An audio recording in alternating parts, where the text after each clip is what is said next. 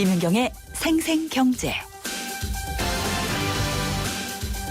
안녕하세요. 김윤경입니다. 지난해 부도를 낸 자영업자 10명 중 8명은 50대 이상의 베이비붐 세대 장년층이었던 것으로 나타났습니다. 은퇴해도 돈은 벌어야 하고요. 그러니까 충분한 준비 없이 퇴직금이나 대출금으로 치킨집 같은 업종에 진출하는 경우가 많고요. 경쟁은 워낙 치열하다 보니까 부도를 내거나 폐업하는 일도 많다는 게 수치로 증명이 된 겁니다. 창업보다는 재취업이 바람직하다고는 하지만 어디 마땅한 일자리가 있나요? 은행권에서는 이 베이비붐 세대를 고객으로 유치하려 안간힘입니다. 저금리 이런 것들 때문에 수익이 어려워진 은행들이 퇴직금 같은 목돈이 있거나 또 고령화 시대에 대비하기 위해서 알맞은 금융 상품을 찾으려는 2세대 고객들을 유치하기 위해서 경쟁적으로 매달리고 있습니다. 전담 창구, 전용 펀드, 예금 상품들을 부지런히 만들고 있습니다. 요즘 베이비붐 세대의 추억을 자극하는 문화상품도 한창이죠. 영화 국제시장, 이 영화도 1950년대, 60년대 태어나 산업화와 민주화를 주도한 세대를 위한 것들인데 이 영화에서 이런 대사가 굉장히 인상 깊었습니다. 이 고생을 우리가 한 게 얼마나 다행이냐. 정말 이 세대를 대변해주는 대사라는 생각이 듭니다. 김윤경이 뽑은 오늘의 생생 키워드, 베이비붐입니다. 네, 올 들어서 벌써 기업인 사면 얘기가 굉장히 커지고 있습니다. 최경환 경제부총리가 지난해에 기업인이라고 해서 엄하게 법을 집행하는 것은 경제 살리기에 도움이 안 된다. 이렇게 얘기를 해서 가석방 논란에 불을 지폈고요. 또 여당에서도 이를 거들고 나섰습니다. 물론 시민단체와 야당에서는 기업인들에 대한 특혜라면서 반발을 하고 있는데 이게 어떻게 진행될지 계속해서 불이 꺼지지 않고 있거든요. 그래서 잠시 후 3, 4부 금요기획에서는 우리 사회의 유전무죄 또 무전유죄 논쟁을 불러일으킨 기업인 사면에 대해서 뜨겁게 토론을 해보도록 하겠습니다. 김윤경의 생생경제 1부 시작합니다.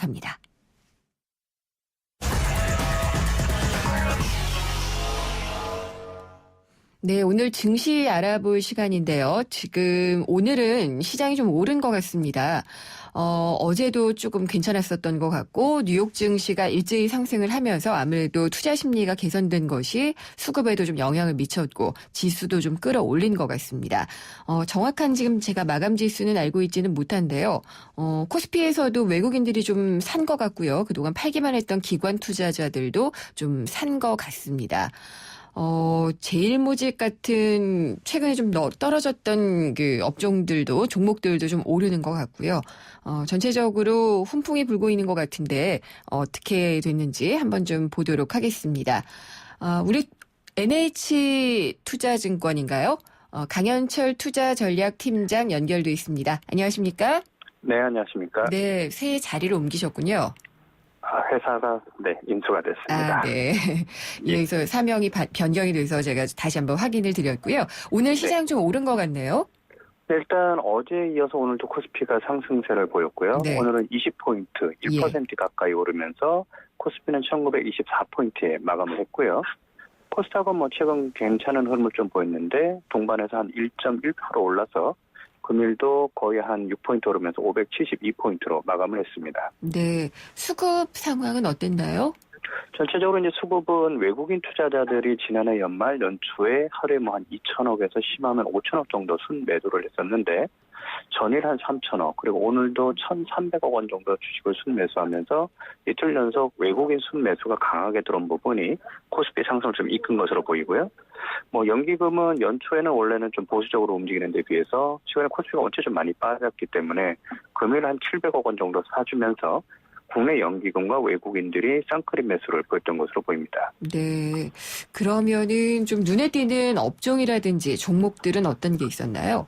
네, 주 초반에 코스피가 원체 많이 빠졌다가 급등을 하는 거기 때문에 단기 낙폭 과대주들이 좀 많이 오르는 모습이고요. 네. 이 중에서 이제 약간 탄력성이 높은 증권주하고 건설주가 2% 이상 급등을 보였고요. 예. 반대로 이제 그동안 좀 방어적인 흐름을 보였던 종이 관련주나 의료주들이 이제 오히려 약세를 보이기 때문에 약간 방어주들이 빠지고 낙폭 과대, 약간 이제 그 경기 민감주들의 상승폭이 컸던 것입니다. 예. 어제 실적 덕을 좀 봤던 삼성전자는 어땠나요? 사실은 삼성전자가 어제 어닝 서프라이즈를 발표하면서 전일은 좀 주가가 좀 올랐는데 네. 오늘은 사실은 삼성전자는 주가가 사실 전혀 오르지 않은 강보합으로 끝났고요. 네.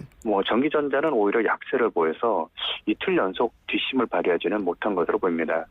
삼성전자가 작년 4, 4분기 실적은 생각보다 이제 좀 잘 나왔지만 네. 어쨌든 1, 4분기까지는 실적이 좀 둔화될 수 있다는 부분, 또 작년 4, 4분기 실적도 기업의 이익은 좋아졌지만 전체 매출이 늘어나지 않은 부분에 대해서 투자자들이 아직은 좀 의구심을 가지면서 실적이 과연 지속해서 좋아질 수 있을지에 대해서 네. 주가가 불안하게 움직이고 있습니다.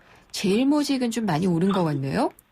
네, 오늘 제일모직이라고 불리는 이제 삼성 관련주 중에서 예. 일단 최근에 이제 좀 흐름이 좀 가변적이었는데 제일모직 같은 경우는 오늘 11% 정도 15,000원 오르면서 이제 15만 원에 끝났습니다. 네.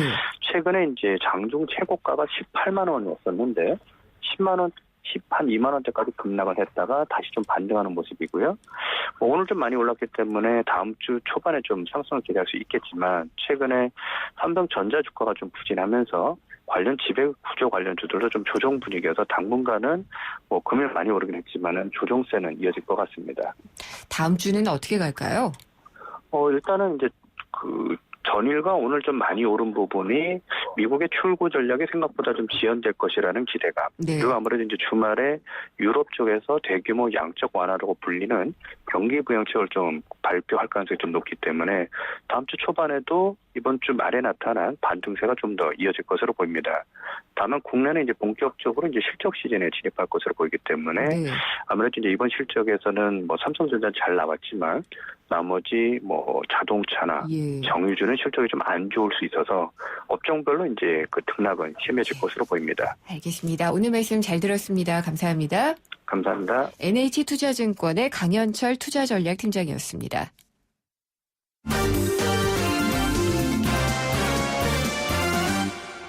네, 오늘의 주요 경제뉴스 살펴보겠습니다. 한국일보 이성철 부국장입니다. 안녕하십니까? 안녕하세요. 네, 저도 오프닝에서 이 얘기를 했었는데 네. 역시나 부도를 낸 자영업자를 봤더니 50대 이상의 장년층이 많은 것으로 나타났죠. 이게 이제 어떻게 보면 그럴 수밖에 없는 게요. 창업을 대부분 주도하는 지금 연령층이 50대입니다. 네, 그러다 보니까 회사도 많이 만들다 보니까 부도도 많이 나는 이제 그런 상황인데, 금융결제원 통계를 보면은 작년에요. 어음을 막지 못해서 부도를 내고 당좌 거래가 정지된 자영업자가 227명이었는데 네, 그 가운데 이 50대 자영업자가 42%였고 60세 이상이 이 33%. 그래서 전체 부도 자영업자의 75%가 50대 이상이었다는 겁니다. 이렇게 된 이유는 말씀드린 것처럼 이제 그 장년층 창업이 상대적으로 많기 때문인데, 네, 특히 이제 베이비 부모 세대들이 이제 조기 퇴직이라든가 여러 가지 구조조정이라든가 이런 걸로 인해서 이제 회사를 그만두게 되고 할 수 있는 게 결국 자영업밖에 없는 거 아니겠습니까? 네, 실제로 지금 작년 8월 현재로요. 전체 자영업자 가운데 50대 이상 장년층이 우리나라에서 409만 명. 그래서 1년 전보다 6만 명이 늘었는데 전체 자영업자 증가가 작년에 5만 7천 명이었다고 합니다. 예, 근데 50대 이상이 6만 명이라는 얘기는 다른 연령층에서는 오히려 자영업자 수가 조금 줄었지만 50대 이상에서 더 많이 늘어나는, 그러니까 평균보다도 더 많이 늘어나는 그런 모습을 보이고 있는 겁니다. 예, 이렇게 많이 만들다 보니까 결국 버티지 못하고 쓰러지는 자영업자들도 50대 이상 자영업자들도 많아지게 되고, 결국 어떻게 보면 이제 빈손으로 무방비 상태로 나앉게 된 베이비 부모 세대들의 어떻게 보면 참 서글픈 자화상이랄까요? 그런 단면을 보여주는 것 같습니다. 이 조사에서는 업종이나 이런 것들은 특별하게 분석되지는 않았었죠. 네, 그것은 아닌데 추정컨대 예, 아마도 이제 50대 이상 자영업자들이라고 하면은 대부분 편의점이라든가 동네 분식점, 치킨집 이런 것들이 아닐까 추정이 됩니다. 그러니까 준비가 많이 안 된 상황에서 그나마 내가 할 수 있는 것을 찾다 보면 그런 것들이 되잖아요. 그렇죠. 실제로 예. 전체 지금 예를 들어서 대출만 하더라도 주택담보대출만 하더라도 빌리는 차주의 대부분이 50대 이상으로 지금 나오고 있습니다. 네. 그러니까 결국 이제 집 담보로 대출 받아서 그걸로 집을 사려고 대출을 받는 것이 아니라 이런 생계형 창업이라든가 이미 창업하신 분들이 이 생계형 운영자금 확보를 위해서 대출을 받고 근데 사실은 다른 통계를 보면은 창업을 해서 3년을 넘기는 네. 경우가 절반이 안 된다는 뭐 이런 통계도 있지 그렇다고 않습니까? 하죠. 예. 참 어려운 거죠. 네. 정말 이게 재취업이 제일 좋은데 일할 수 있는 분들은 그렇죠. 일자리가 네, 나오질 맞습니다. 않고 또 청년들도 일자리가 없으니까 그걸 두고 또 다투는 어떤 셈이 되는 것 같아요. 그러니까 아무튼 지금 전체 통계를 보면은 취업자 증가율도 50대 이상이 제일 높고요. 예. 다만 그것이 온전한 뭐 풀타임 잡으면 거의 없는 것이고 상대적으로 질이 낮은 네. 그런 일자리만 늘어나는데 물론 그것보다도 있는 게 다행이긴 합니다만은 어쨌든 이 평균 수명 뭐 80세 90세를 가는 시대에 50대면은 이제 인생의 절반인데요. 네. 그때부터 과연 무엇을 해야 될지 뭐 개인의 노력도 필요하겠습니다만은 국가적으로 한 60대 이상 60대까지는 일을 할 수 있는 어떤 네. 형태로든 그런 좀 일자리도 만들고 그런 시스템도 만들어 주는 게 시급한 과제가 아닌가 싶습니다. 그렇습니다. 유가가 지금 국제 유가가 많이 내렸잖아요. 네. 그래서 정부가 이게 석유 제품 가격에 좀 반영이 돼야 된다라고 좀 압박을 하고 나섰다 이런 예, 소리가 그렇습니다. 나오네요. 이 산업통상자원부가 오늘 그 석유협회, 뭐 LPG협회, 소비자단체 이런 관계자들 간담회를 열어가지고 석유 제품 가격 인하에 협조해달라 이렇게 요청을 했습니다. 네. 국제유가가 이제 작년 1월하고 비교해서 절반 수준으로 떨어졌는데 쉽게 말하면 그 소비자 가격, 휘발유 가격이라든가 관련 석유 제품 가격은 피부로 느끼기에 그만큼 안 떨어졌다는 것이죠. 많이 안 떨어졌죠. 예. 그러니까 좀 내려야 되지 않겠느냐.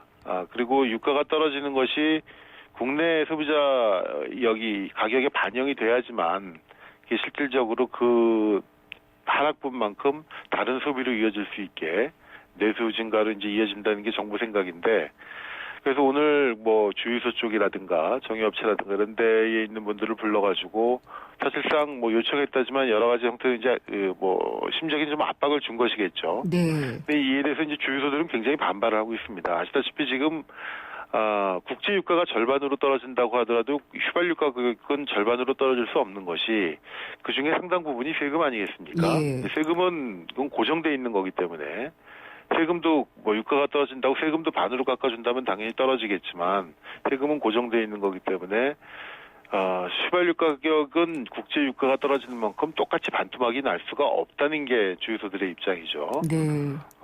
그래서 이미 뭐 여러 가지 지금 유통 마진을 줄여서 기름값을 낮추고 있는데 정부가 여기서 또 압박을 가하는 건 너무한 거 아니냐 그래서 상당히 지금 반발을 하고 있고 그리고 몇 년 전이었 지난 정부였었나요?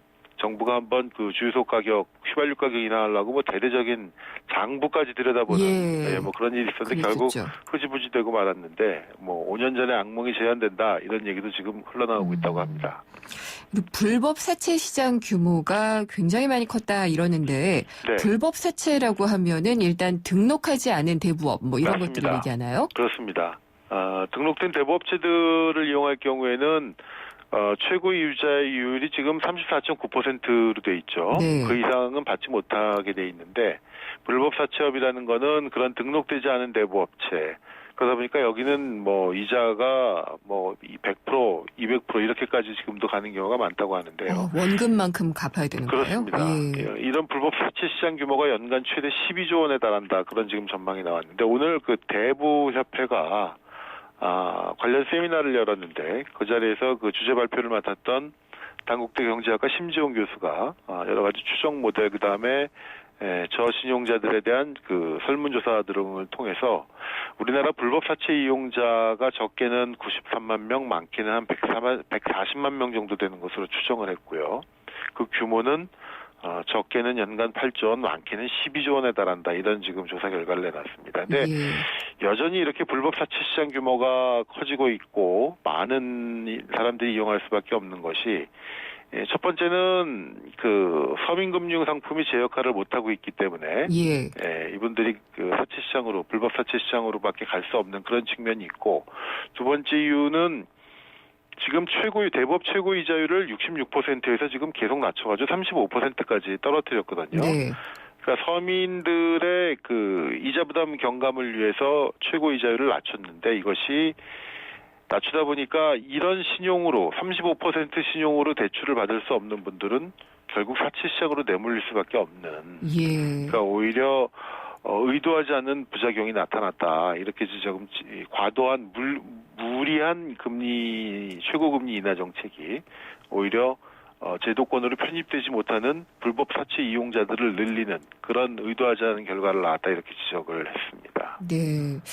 이 부분은 좀 구조적으로 풀어야지 될 문제인 것 같네요. 네, 그렇습니다. 그리고 참고로 이 지금 불법 사채를 쓰시는 분들의 이자율이 말씀드린 것처럼 120에서 240 프로가 2배요? 예. 네, 그렇습니다. 근데 물론 금액이 많은 건 아니고요. 네. 평균 대출 금액은 100만 원 미만이라고 하는데 예. 어쨌든 100만 원을 빌려서 200만 원을 갚아야 되는 거니까 연간 예. 1년을 빌린다고 할 경우에 어마어마한 금액이죠. 그렇네요. 오늘 말씀 잘 들었습니다. 감사합니다. 네, 고맙습니다. 한국일보 이성철 부국장이었습니다.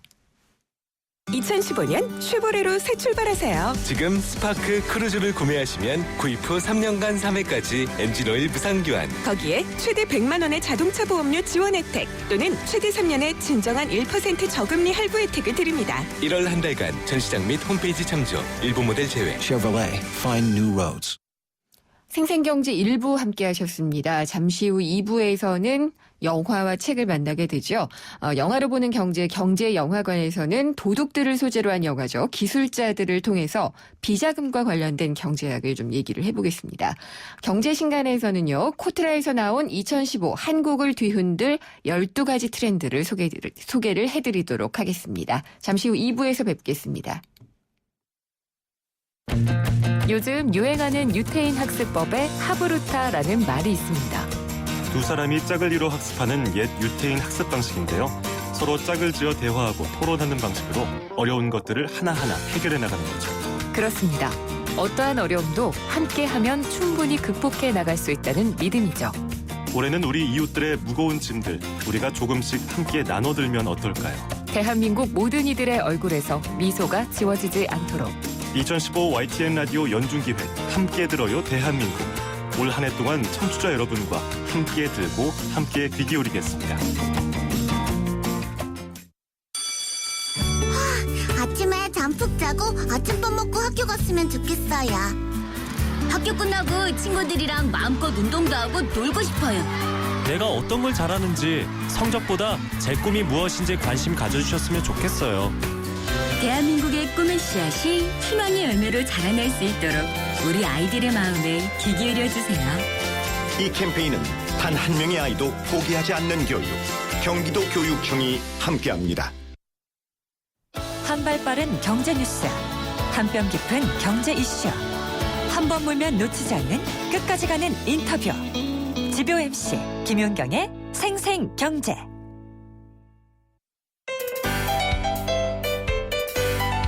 알쏭달쏭 경제상식 퀴즈.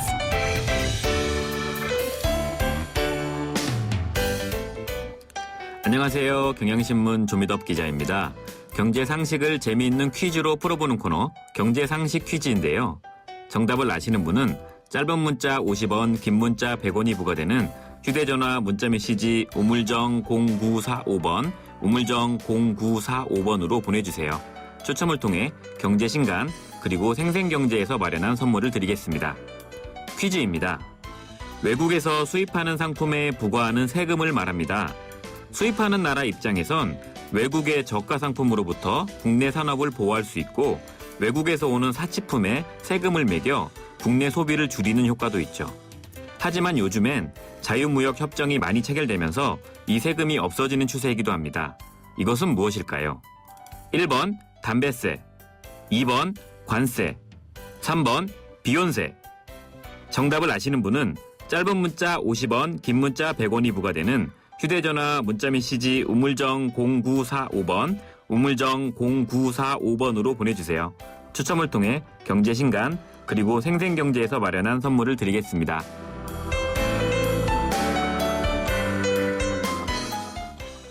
네, 세상의 베이스가 되다 그 포스코 협찬으로 김윤경의 생생경제 2부 시작하겠고요. 퀴즈 잘 들으셨나요? 이 외국에서 수입하는 상품에 부과하는 세금을 얘기를 합니다. 보통 이걸 철폐한다, 이걸 없앤다 이렇게 얘기를 하면서 자유무역협정 얘기를 많이 해주거든요. 그래서 이게 많이 없어지는 추세다. 이 세금은 무엇일까요?가 오늘의 문제였습니다. 보기 드리겠습니다. 1번은 담배세, 2번 관세, 3번은 비욘세입니다. 글쎄요, 이 담배세, 관세, 비욘세 이렇게 1, 2, 3번 보기인데요. 하나는 사람 이름인 것 같네요. 그거 빼고요. 두 글자로 된 거 고르시면 될 것 같아요. 1번 담배세, 2번 관세, 3번 비욘세입니다. 정답을 아시는 분은 짧은 문자는 50원, 긴 문자는 100원이 부과되는 휴대전화 문자 메시지 우물정의 0945번으로 보내주시면 됩니다. 추첨을 통해서요. 경제신간 그리고 생생경제에서 마련한 선물을 드립니다. 보기 다시 한번 드릴까요? 1번 담배세, 2번 관세, 3번 비욘세입니다. 정답은 오늘 방송이 끝나 오후 5시까지 샵에 0945, 우물정의 0945번으로 보내주시면 됩니다. 경제신간에서 해드릴 책은요. 2015 한국을 뒤흔들 12가지 트렌드라는 책입니다. 광고 듣고 돌아오겠습니다.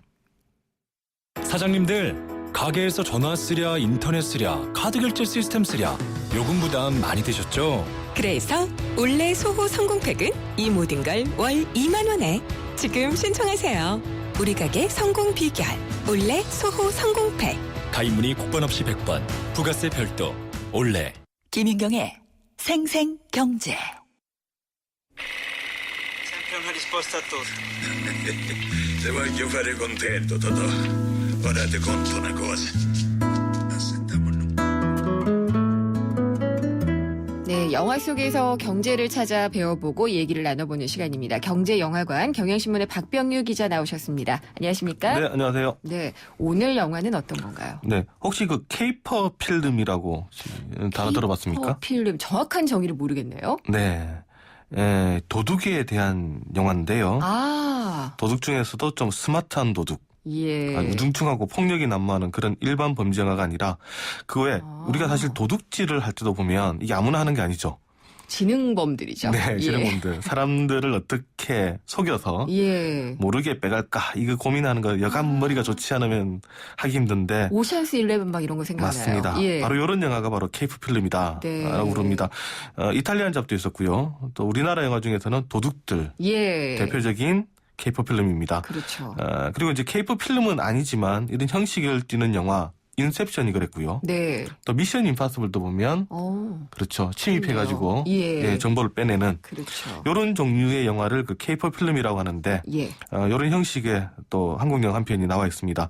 김홍성 감독의 기술자들입니다. 기술자들. 그러니까 이렇게 하니까 사실은 도둑들인데. 네, 맞습니다. 기술자로 분류가 되더라고요. 도둑 기술자들 되나요? 네. 좀 굉장히 좋은 이미지로 포장이 되는 게 아닌가 이런 생각이 좀 들던데 내용은 어떤가요? 네, 3명의 기술자들, 즉 3명의 도둑들이 있습니다. 지역은 이제 뛰어난 금고털이범이고요. 그러면서 이제 작전 설계도 기가 막히게 합니다. 또 이제 동료인 구인은 범행에 필요한 무엇이든지 만들 수 있는 이런 사람입니다. 꼭 이런 사람들을 모아놓더라고요. 꼭 한 명 나오죠. 네. 또 다른 동료 종배는 어떤 보안 시스템도 순식간에 뚫을 수 있는 그런 해커입니다. 이 3명이 이제 콤비를 이뤄서 철통 보안을 자랑하던 한 보석상에서 시가 30억 원짜리 보석을 텁니다. 근데 이 보석을 털고 보니까 알고 봤더니 이제 재계의 검은 손으로 불리는 이제 조사장 거였는데요. 이 또 조사장은 정치권 진출에 실패하니까 복수를 하겠다. 그러면서 정치권이 숨겨놓은 비자금 1,500억 원을 털겠다 이런 계획을 세우고 있습니다. 이 작전은 이제 3명의 이 도둑들을 이제 끌어들이는데요. 이 비자금이 숨겨 있는 곳이 좀 재밌습니다. 어디예요? 인천세관 1급 보안구역으로 이렇게 설정을 해놨습니다. 이 진짜로 비자금이 이런 데 있나요? 불가능할 것 같은데요. 가봐야지 될 것 같은데. 여기에 이제 5만 원권 3톤이 숨겨져 있는데 이 감시 카메라를 멈출 수 있는 건 40분입니다. 40분 안에 지능적으로 돈을 빼내와야 됩니다. 그러니까 5만 원권이 3톤이면은 1,500억 원인가요? 그렇게 나오네요. 여기서 이렇게 설정이 돼 있군요. 네, 재밌습니다. 여기서 영화 잠시 들어보고 가겠습니다.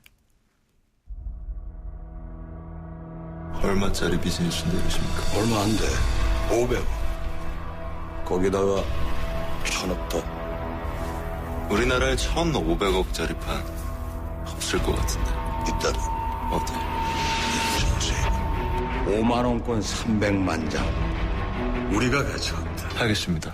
넌 매사가 이런 식이야, 임마. 어디가? 데이트! 이거 열어야 할 공고의 모형이야. 지금까지 이거 여는데 성공한 놈이 하나도 없다잖아. 역시 나는 연습 체질이 아닌가 봐요. 이게 폭발력이 어마어마합니다. 금고 열고 돈 가지고 나오는데 대략 45분이 주어지는 건가? 좀 빠듯하기는 하죠. 이제부터 뭐 나도 속이고 너도 속이는 거야. 사냥이 이제 시작됐는데. 자, 선수들 입장하세요. 여기서 선수들 입장하세요. 이런 게 이 선수들이 기술자들, 도둑들인가요? 네, 맞습니다. 그렇군요. 뻔한데. 근데 오늘의 경제 이야기는 그러면 어떤 걸 꼽으셨어요? 네, 이 지금 조사장이 틀려고 하는 돈, 네. 정치권이 숨겨놓은 비자금인데요. 네, 오늘은 이 비자금 얘기를 좀 해보려고 네. 합니다. 비자금 불법적으로 조성해서 숨겨놓은 뭐 비밀 자금 뭐 이런 말이죠. 네. 통상 그 리베이트나 커미션 그리고 회계 조작 이런 것을 통해 가지고 자금 추적이 불가능하도록 흔적을 지운 돈들입니다. 때로 이제 납품 가격이라든가 접대비를 조작하기도 하고요. 네. 또 매출을 누락하는 방법을 쓰기도 합니다. 해외 법인이나 지사가 동원이 되기도 하는데 뭐 조세피난처의 유령회사를 세운 뒤에 이것을 통해서 이제 수출입량을 네. 조작을 하는 거죠. 예. 또 가격을 조작하기도 하고 그래서 이제 그 차익을 비자금으로 만드는 그런 형식을 많이 쓰는데 일일이 이걸 감시하기 힘들다라는 네. 점을 이제 이용을 해서 이런 이제 방식을 좀 많이 씁니다. 이거는 이제 큰 규모의 기업 규모의 비자금인 거고 그렇죠. 개인 규모의 비자금은 아주 영세한 방식으로 형성이 되죠. 아, 그렇죠. 영세한 곳에 네. 영세한 방법으로 그렇죠. 뭐 책 속에 숨겨진다든지 그렇죠. 그런데 또 왜 조성을 하는 걸까요? 똑같겠죠, 그건? 그렇죠. 예. 네. 통상 이제 떳떳지 못한 곳에 쓰기 위해서 예. 조성된다. 왜 자금 출처가 드러나면 골치 아프다. 뭐 이렇게 되겠죠. 정치권에 로비를 하거나 네. 혹은 이제 2세나 3세 승계를 위한 종잣돈으로 쓰이는 경우도 있고요. 혹은 오너가 해외 재산 축적을 위해서 빼돌리는 그런 경우도 있습니다. 얼마 전에 그 청도 송전탑을 지을 때 여기 반대 네. 주민들에게 한전 쪽에서 돈 봉투를 뿌렸는데요. 네. 요거 경찰에서 수사를 해봤더니 예. 시공업체가 비밀리에 마련했던 비자금 계좌였다. 이런 얘기도 있었습니다. 그렇군요. 근데 비자금은 주로 어디에 숨어 있을까요? 그렇죠. 가장 단순한 형태가 이렇게 현금으로 네. 예, 어떤 식으로 하여튼 세탁이 돼서 예. 현금으로 들어가는 경우가 많습니다. 말씀하신 것처럼 개인 같은 책갈피 속에 숨겨놓는 돈. 너무 영세하죠. 네. 예. 은행에 넣지 않고 현금으로 이제 창고나 이런데 혹은 이제 개인 집에 쌓아두는 게 가장 많은데, 근데 하지만 이런 식으로는 이제 아주 큰 액수는 힘들게 됩니다. 그러다 보니까 아주 큰 액수는 해외 계좌 네. 혹은 기업의 차명 계좌에 은닉되는 경우가 많습니다. 요즘 스위스에도 실명 거래를 해야지 돼가지고 많이 못 맡길 텐데. 그렇죠. 예. 심지어 이제 미술품이나 유가증권, 상품권이 활용이 되기도 하는데 예. 이 지금 재밌는 게 지금 상품권입니다. 네. 작년에 발행된 상품권이 10조 원에 육박을 했었는데요. 특히 50만 원권, 오. 한 장에 50만 원짜리 이 고액의 상품권이 1년 전에 비해서 무려 2배 이상 늘어났었습니다. 상품권이 50만 원짜리가 있다는 걸 처음 알았어요. 네. 예. 상품권은 구매를 할 때 구입자 네. 신원을 정부에 신고할 이런 의무가 없습니다. 그렇군요. 그래서 이제 비자금을 세탁하기에 좋은데 예. 그러다가 만약 현금이 필요하면 또 시중에 할인된 가격으로 또 이게 또 팔면 되는 거죠. 그렇죠. 예, 그럼 얼마 떼고 이렇게 현금으로 받아버리면 되니까 이런 형식을 많이 씁니다. 현실적으로 은행 거래를 하게 되면 2천만 원 이상은 정부에 보고가 되는데요. 그러니까 검은 거래를 하기 힘드니까 예. 또 상품권을 이용하는 것도 좀 있는 것 같습니다. 그렇군요. 이런 돈들은 다 어디에 있는 걸까요? 갑자기 막 이상한 욕망이 좀 생기기도 하는데 이게 사회적으로는 상당히 좀 무리를 많이 일으키잖아요. 네, 뭐 거의 뭐 이 단어 모르는 분이 없을 것 같은데 이 역사를 좀 올라가 보면 네. 1987년에 있었던 그때 범양상선의 불법 회화 유출 사건 때부터 예. 본격화됐습니다. 이 비자금이라는 단어가 많이 알려졌었죠. 그리고 이제 그 몇 해 뒤에 수서지구 그때 택시 비리 때 네. 예, 한버그룹의 이 땅을 특별 분양하는 과정에서 정관계 인사들에게 그에게 뇌물을 뿌렸다. 이게 비자금이었다. 문제가 됐었고요. 또 많은 분들 기억하는 게 2007년도 삼성 비자금 사건이 있었죠. 네. 이 사건으로 이건희 회장이 일선에서 물러나기도 했었습니다. 잠시 물러났죠. 잠시 물러났죠. 예. 예. 그때 또 차명 계좌를 이용했었다. 예, 다른 임원들의 차명 계좌를 이용했었다 이런 얘기가 나왔었고요. 또 계속 끊임없이 나오는 게 이제 전두환 전 대통령, 네. 노태우 전 대통령에 대한 또 비자금.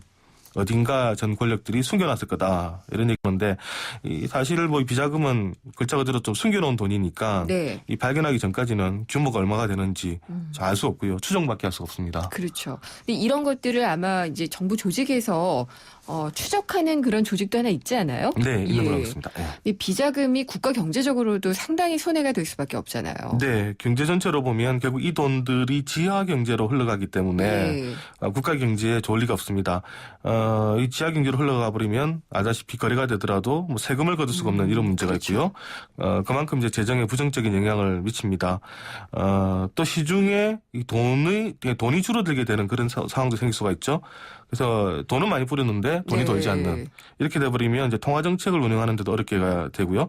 최근에 재미있는 사례가 있는데 카자흐스탄이 유가 하락 때문에 그 국가적인 좀 위기를 맞으니까 자국민의 비자금 이제 양성화시키겠다 이런 정책을 발표했습니다. 지금까지 어떻게 당신들이 돈을 마련했든지 갖고 있는 돈을 은행에 예치하거나 혹은 국가 사업에 투자를 하면 우리가 면세를 보장하겠다. 그렇게 해서 한 7천억 원 정도를 긴급 수요를 좀 받았고요.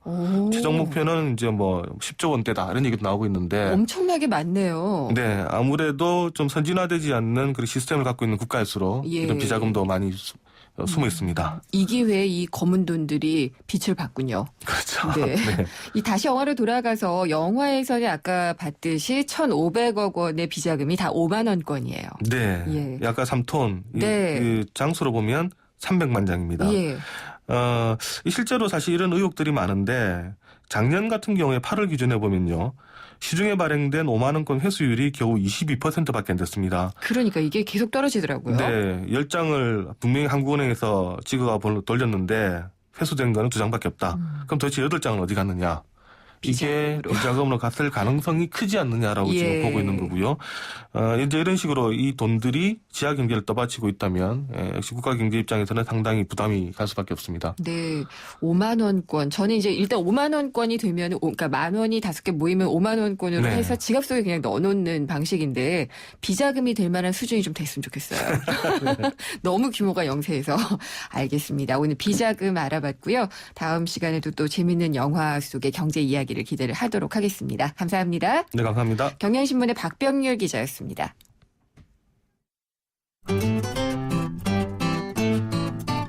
생생경제를 다양하게 만나는 방법. YTN 라디오 앱 예스와 웹사이트 김윤경의 생생경제 또는 트위터 YTN_이코노미로 실시간 듣기와 다시 듣기를 하실 수 있고 방송 내용에 대한 문의와 의견을 주실 수 있습니다.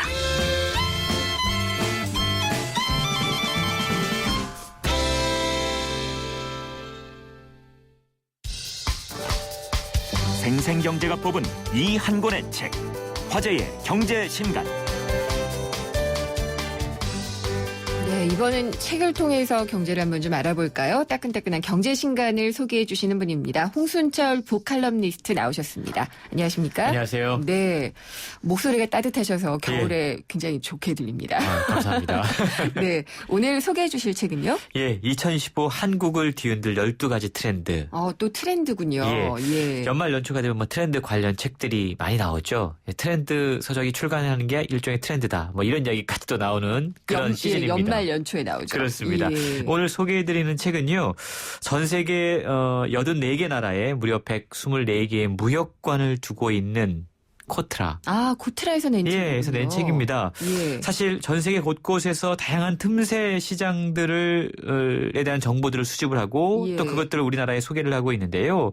이 책을 통해서 3년 안에 우리나라에서도 뭔가 좀 획기적인 변화를 가져올 수 있는 아이템들을 발굴해서 소개를 해주고 있습니다. 그 아이템 12가지. 그렇습니다. 그렇군요.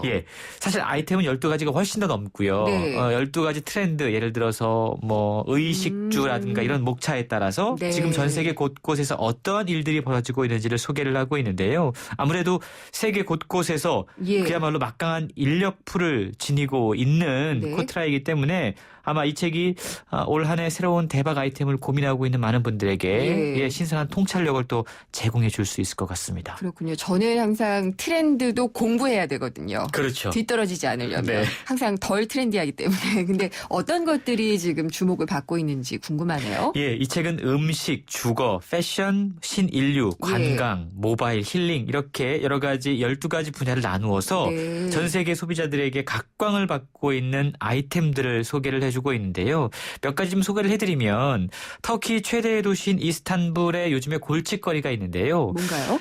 유기견이라든가 버려지는 동물들 때문에 상당히 골치를 많이 썩고 있다고 그래요? 그럽니다. 그래서 무려 15만 마리가 넘는 떠돌이 동물들이 시대를 활보를 하고 있는데요. 이게 이제 굶은 동물들은 길거리를 헤매다가 뭐 굶어 죽는 경우도 있지만 더 심각한 문제가 사나워진 동물들이 어린아이뿐만이 아니고 어른들에게 덤벼드는 일이 벌어지는 겁니다. 역시 이 굶주리게 되면 그렇죠. 그렇죠. 그래서 지금 이 이스탄불 당국이 상당히 골머리를 앓고 있다고 그러는데요.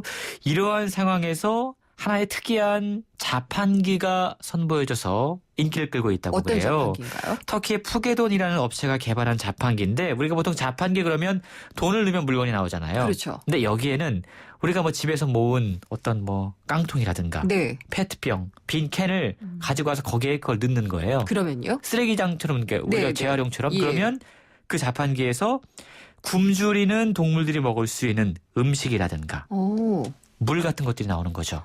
상당히 독특한데요? 그렇죠. 이것들을 놔주면 동물들이 사료라든가 물을 먹고 갈증과 굶주림을 해소할 수 있게 되는 건데요. 두 가지 목적을 달성하는 거죠. 빈 펫병과 캔을 재활용할 수 있는 쓰레기를 모을 수 있는 하나의 쓰레기 재활용 센터가 만들어지는 거고 또 떠돌이 동물들에게 무상으로 먹이까지 제공해 줄 수 있는 건데요.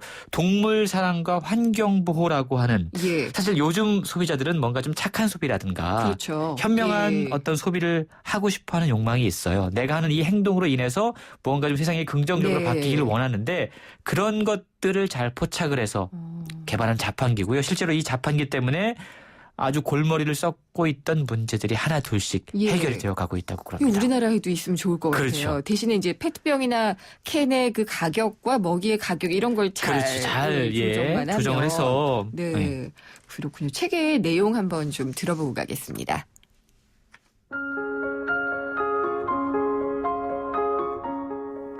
잠이 덜 깬 출근길. 직장으로 향하는 캐나다인의 손에는 테이크아웃 컵이 하나씩 들려있다. 그 컵 속에 든 것은 무엇일까? 과거에는 커피가 대부분이었지만 이제는 다양한 차일 가능성이 커졌다. 최근 토론토에서는 차를 즐기는 직장인들의 아침 풍경이 낯설지 않다. 캐나다의 농업식품부에 따르면 2011년 커피 판매량은 전년 대비 0.3%포인트 감소한 21%를 기록한 반면 차 판매량은 오히려 증가하며 16.4%를 기록했다. 데이비스티는 차의 현대화란 기치를 내걸고 다양한 시도를 하고 있다. 차를 생각하면 김이 모락모락 오르는 뜨거운 찻잔을 두 손으로 감싸진 모습을 떠올리기 쉬운데 캐나다에서 인기리에 판매되고 있는 차는 이런 고정관념을 완전히 깨트린다. 데이비스티는 여름철 기획 상품으로 탄산이 가미된 차음료를 선보여 좋은 반응을 얻었다.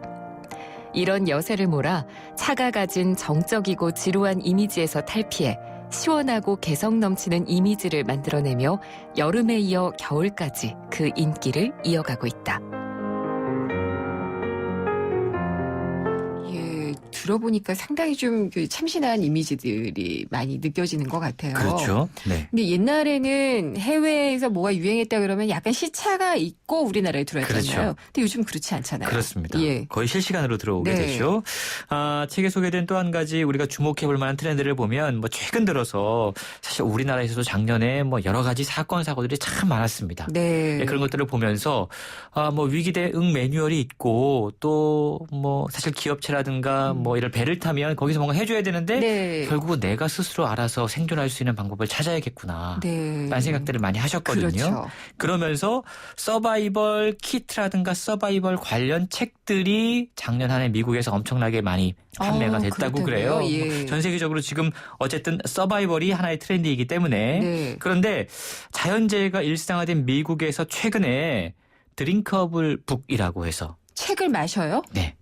이거 이해가 안 되는데요. 상당히 인기를 끌고 있다고 그러는데요. 예. 재해가 닥치면 여러 가지 문제거리들이 발생하지만 그 가운데 가장 심각한 게 인간의 생명과 직결되는 물이에요. 식수예요. 그렇죠. 저 영화 파이 이야기 볼 때도 얘 그렇죠. 물 어떡하지만 이런 주변에 생각만- 물은 있는데 이걸 먹을 마실 수가 없잖아요. 없으니까 예. 파이 이야기를 한번 떠올려 보면서 네. 자, 이 주변에 있는 바닷물이라든가 오염된 물을 어떻게 하면 먹을 수 있을까?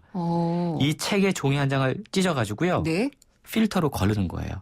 네. 종이가 이제 필터가 되는 거죠. 그러면은 먹을 수 있는 생수가 되는군요. 그렇습니다. 예. 그러니까 이 책종이를 필터로 활용해서 물을 정수하면 책 한 권으로 1년 동안 마실 수 있는 물이 생겨나는 거죠.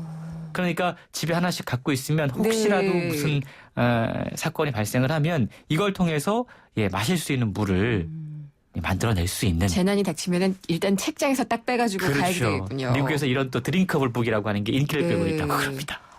참 참신한데요. 그리고 또 이 저출산 고령화 이건 사실 일본이 우리보다 굉장히 앞서갔기 때문에 맞습니다. 일본에서 우리가 좀 배울 수 있을 것 같아요. 그렇죠.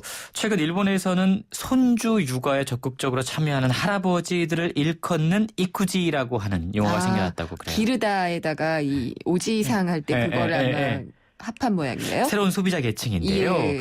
이분들이 손주를 위해서 사용하는 비용이 연간 1조 6천억 엔에 달할 정도로 N으로요? 예. 엄청난 소비자 층이라는 거죠. 네. 또 이분들을 위한 각종 서비스와 상품 개발이 이루어지고 있는데 우리나라에서도 뭐 딸이 원하면 모든 거 다 해주는 아빠를 일컬어서 딸바보라는 이야기 하잖아요. 네. 근데 조만간 저출산 고령화가 진행이 되면 딸바보가 아니라 손주바보라는 말도 생겨나지 않을까. 이거 있어요. 우리나라에도. 실제로 지금도 있어요. 손주들이 해달라면 무조건 그렇죠. 해주시는 경제력 있는 분들. 맞습니다. 예. 그러니까 이런 일들이 지금 우리 주변에서 벌어지고 있다는 네. 거고요. 또 한 가지 우리나라에도 요즘에 이제 이 컬러링북 열풍이 상당히 거세잖아요. 네. 색칠 공부하는 그런 책인데요. 어른들도요. 그렇죠. 예. 치매 노인들에게 이게 치매 예방에 효과가 있다고 그래가지고 많이들 하고 있다고 그러는데 사실 이러한 트렌드가 만들어진 게 불과 2년 전이었습니다. 그렇군요. 프랑스의 한 출판사에서 그냥 기대 없이 스트레스 해소를 위한 100가지 채색 앨범이라는 책을 냈는데 이게 갑작스럽게 불티나게 팔려나기 시작해서 1년간 30만 부 이상 팔려났고 이게 프랑스에서 시작됐군요. 그렇죠. 예. 이걸 시작으로 프랑스 서점에는 지금 이 컬러링북이 가장 뜨고 있는 핫 아이템으로 각광을 받고 있다고 그러는데요. 네. 이게 뭐 프랑스 이야기뿐만이 아닙니다. 2015년 1월 현재 우리나라의 종합 베스트셀러 순위를 보더라도 시크릿 가든이라는 제목의 컬러링북이 종합 지금 1, 2위를 다투고 있고요. 그래요? 그 밖에도 상당히 많은 컬러링북들이 나와서 디지털에 뭔가 좀 이렇게 지친 감염되어 있는 사람들의 힐링, 스트레스 해소에 좋은 도구로 사용이 되고 있습니다. 사실 저 좋아해요. 그러니까 이게 사실 어떻게 보면은 뜨개질하는 거라든지 그렇죠. 단순한 움직이는. 게임을 하는 것처럼 컬러링을 하면서 뭔가 단순하게 생각을 하게 되고 맞습니다. 힐링이 되잖아요. 예.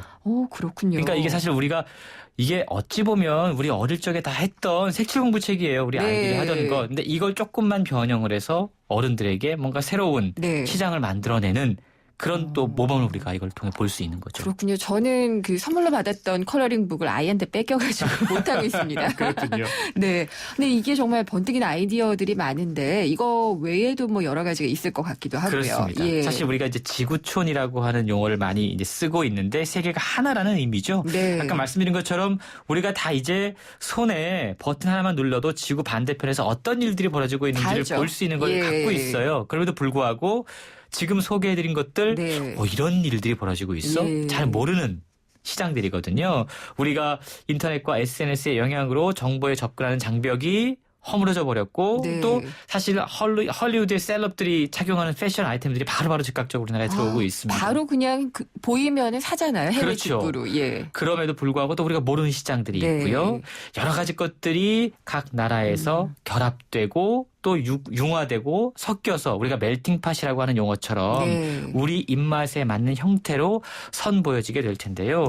2015년에 우리나라 앞에도 참 많은 변화들이 예상이 되는데 과연 우리나라에서 어떠한 아이템들이 떠서 대박으로 불리게 될지 셀카봉, 허니버터칩 이런 것들 과연 어떠한 일들이 벌어질지 기대하는 마음으로 이 책을 한번 읽어보셔도 좋을 것 같습니다. 굉장히 흥미를 자극합니다. 바로 읽고 공부를 해봐야 될 것 같네요. 말씀 재미있게 잘 들었습니다. 감사합니다. 고맙습니다. 홍순철 북칼럼니스트였습니다. BMW 엑스드라이브가 알려드리는 교통정보 김유리입니다. 갑작스런 폭설로 도로 곳곳이 빙판길입니다. 교통안전에 당신에게 날씨는 두려움입니까? 즐거움입니까? 어떤 상황에서도 지능적으로 대응하는 BMW 엑스드라이브. 드라이빙의 즐거움은 계속됩니다. 네, 금요일에 오늘은 퀴즈 나가는 날이죠. 오늘 문제는요, 외국에서 수입하는 상품에 부과하는 세금을 말합니다. 자유무역협정 때문에 이게 많이 없어지는 추세이기도 한데 이 세금은 무엇일까요가 오늘의 문제였고요. 보기 드리겠습니다. 1번 담배세, 2번 관세, 3번 비욘세입니다. 제가 아까도 힌트를 드렸는데 하나는 사람 이름이고요. 2개는 세금인데 그중에서 짧은 걸 선택을 해주시면 됩니다. 1번 담배세, 2번 관세, 3번 비욘세입니다. 정답은 오늘 방송 끝난 오후 5시까지 짧은 문자는 50원, 긴 문자는 100원이 부과되는 휴대전화 우물정의 0945번으로 보내주시면 됩니다. 정답 보내주신 분들 중에 저희가 선정을 해서요. 방금 소개를 해드렸죠. 2015 한국을 뒤흔들 12가지 트렌드 책을 보내드리도록 하겠습니다. 샵에 0945 문자 주신 분들 많이 있는데요. 4028님. 관부가세라고도 하죠. 관부가세라고 얘기를 해주셨는데 거기서 살짝 줄이시면은 오늘 정답입니다. 또 1593님 생생경제를 매일 들으면서 경제 상식이 날로 늘어가는 60대 주부입니다. 이것도 FTA 할 때 한번 하셨었죠? 라고 하셨는데 맞습니다. 자유무역협정 FTA를 하면서 이게 많이 없어지고 있는 추세입니다. 근데 또 2667님은요. 이걸 낮추고 없앤다고 다 좋은 것만은 아닙니다. 라고 하셨는데 농어민들은 많이 힘들어할 수도 있습니다. 라고 하셨습니다. 맞습니다. 쌀이 대표적으로 지금 우리에게 그런 것들로 많이 이슈가 됐었었죠. 보기 다시 한번 드릴게요. 1번 담배세, 2번 관세, 3번 비욘세입니다. 샵의 0945로 문자 답을 보내주시면 되고요. 잠시 후 3, 4분은 금요기획으로 이어갑니다. 새해 벽두부터 유전무죄, 무전유죄라는 논란을 불러일으키고 있는 기업인 사면 논란 전문가들을 모시고 얘기 나눠보도록 하겠습니다. 4시 뉴스 듣고 생생경제 3부에서 뵙겠습니다.